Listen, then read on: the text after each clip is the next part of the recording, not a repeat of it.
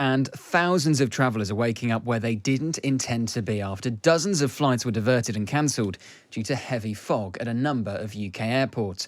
The disruption comes at the start of a busy weekend with the railways impacted by engineering work. Let's have a chat with Simon Calder, the travel correspondent of The Independent. Good morning, Simon. Good morning. And yes, I'm afraid things are going to get slightly worse from what I can see of the weather and the cancellations that are happening today before they get better. But honestly, yesterday started very well. I was around about 11 o'clock thinking, well, this is fantastic. On one of the busiest days of the winter, everyone's getting where they need to be. However, things started to unravel after that. The London airports, absolutely hardest hit: London Heathrow, London Gatwick, and London City, each with 40 or more cancellations of departures and arrivals. Manchester and Luton also were affected by diversions and cancellations. Poor Teesside Airport, though, in northeast England, had a miserable day. It had 6 flights coming in.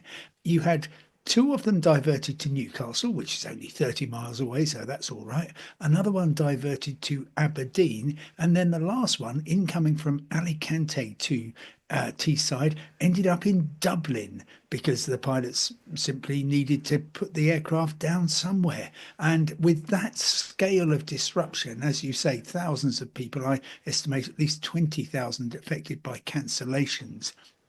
And it's going to take quite a lot of work to get them where they need to be. And on top of that, the cancellations have already started today. More than 20 British Airways flights in and out of Heathrow are grounded. Those are all to short haul domestic and European destinations. And one more Heathrow fact: if you happen to live in leafy West London, you would have heard a British Airways flight coming in shortly before 1 a.m. The last flight of the night normally touches down well before 11, but this was a 2-hour late. British Airways flight from Manchester got in shortly before 1. Yeah, I was watching some of the footage of planes trying to take off and land at Heathrow yesterday, and it was remarkably foggy, the kind of day that makes you marvel at the fact that any flights are able to take off at all. If your flight is cancelled due to the weather, Simon, just remind us what your rights are.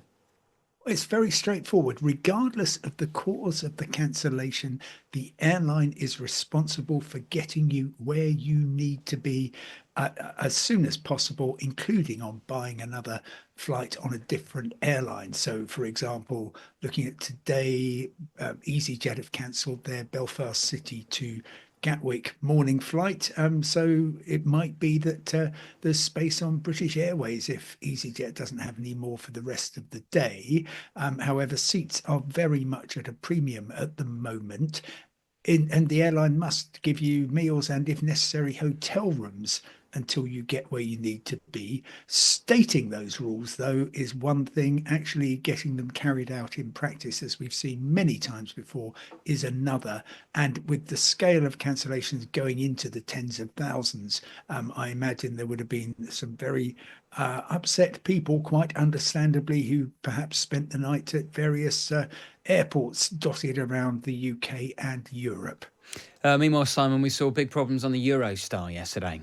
Oh, awful. Yes. So just this time yesterday, there were hundreds of people, getting on for 900 people on board a Eurostar train that left on time from St Pancras International in London, going to Paris, and they were expecting to arrive local time at 9:20.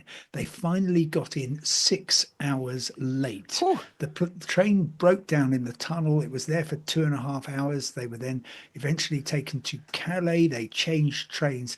Talking to people who were on board that train, it was a miserable experience, as you can imagine. But it also had a knock-on effect because having a stricken train meant that all the other trains behind it were held up. The tunnel went to single bore working, which just means that everything has to go through just one of the two running tunnels. And as a result of that, you had 3-hour delays on Eurotunnel. They're the vehicle carrying shuttles that go back and forth between Folkestone and Calais.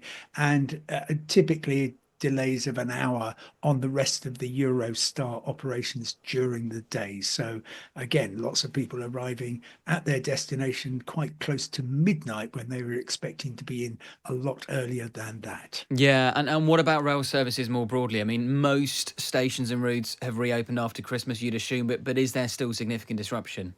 Well, yes, at Britain's busiest two stations, so London Liverpool Street closed completely to Essex, to East Anglia, to Cambridge. There's various ways of getting to Norwich if you need to, involving underground and bus replacement services. There's a shuttle to Stansted Airport. London Paddington Station is also closed. And that means that some trains actually from as far away as Carmarthen and Swansea and Penzance are running in and out of London Euston Station. But there's far fewer trains, and seats again are at a premium. Simon, always appreciate your time. Thank you so much. Simon Calder there, travel correspondent of The Independent. Well, forecasters say the fog will persist across much of England and Wales and is likely to linger, especially across southern areas. But conditions could improve later. Let's have a chat with John Hammond, meteorologist from Weather Trending. Good morning, John. Good morning. I mean, it has been very, very foggy the last few days. I was driving on Boxing Day along the M4, had my fog lights on. It was incredibly foggy. Obviously, all the disruption to the airports caused yesterday by the fog. Foggy again today. I'm back on the M4 tomorrow. Is it going to be foggy again then too? Do you know what? I think it'll be better by tomorrow. Things will improve, as you hinted at the start of the piece. But that's of no consolation if your flight has been delayed today. The big picture really is that we're stuck under a huge block of high pressure. You normally associate high pressure actually with dry, fine, quiet and often sunny weather. But in winter, what it can do is trap a lot of moisture near the ground because high pressure acts as a lid really with warm air. If you go a few hundred meters up, the air is actually unusually warm, but it traps cold air near the surface, cold, moist air, which in winter just sits there, and with no wind, there's nothing to shift it. And that's what's happened over the last couple of days. This moist, stagnant air has accumulated near the surface and formed all this fog, which I'm looking at the weather observations now. Still a lot of fog stretching all the way across Wales, the West Country, through parts of southern England, where it's mostly just up over the hills, but through the Midlands, which have been really badly affected over the last couple of days, it's sitting there quite widely and up into parts of northeast England. I journeyed down from North Yorkshire yesterday, a journey which would normally take me about 4 hours, took me double that time. There weren't any accidents.